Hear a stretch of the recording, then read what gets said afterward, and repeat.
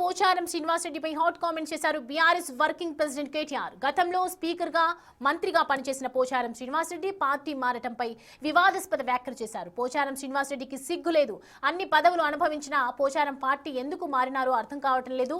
యాదాద్రి భువనగిరి జిల్లాలో నూతనంగా ఎంపికైన బీఆర్ఎస్ సర్పంచ్లతో కేటీఆర్ ఆత్మీయ సమావేశం నిర్వహించి మాట్లాడారు.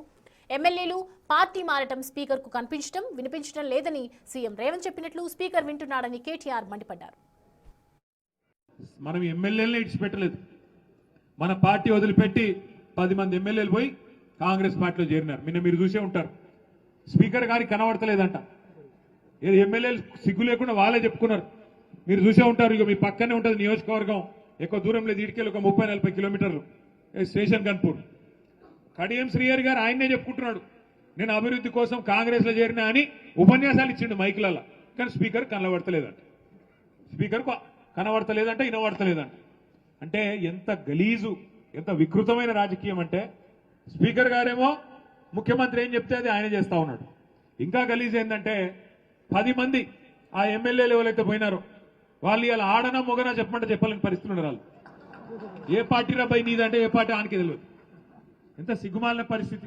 ఒక్కొక్కరు 70 ఏళ్ళకి వస్తుంది, 75 ఏళ్ళకి వచ్చిండు పోచారం శ్రీనివాసరెడ్డి. ఏం రోగమైనా నాకు అర్థం కాదు.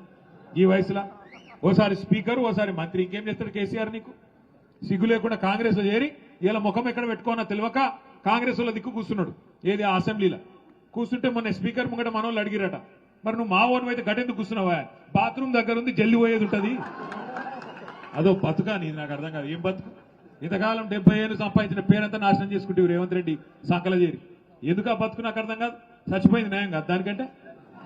ఎందుకు ఆ బతుకు? 10 మంది ఎమ్మెల్యేలు ఏం బతుకది?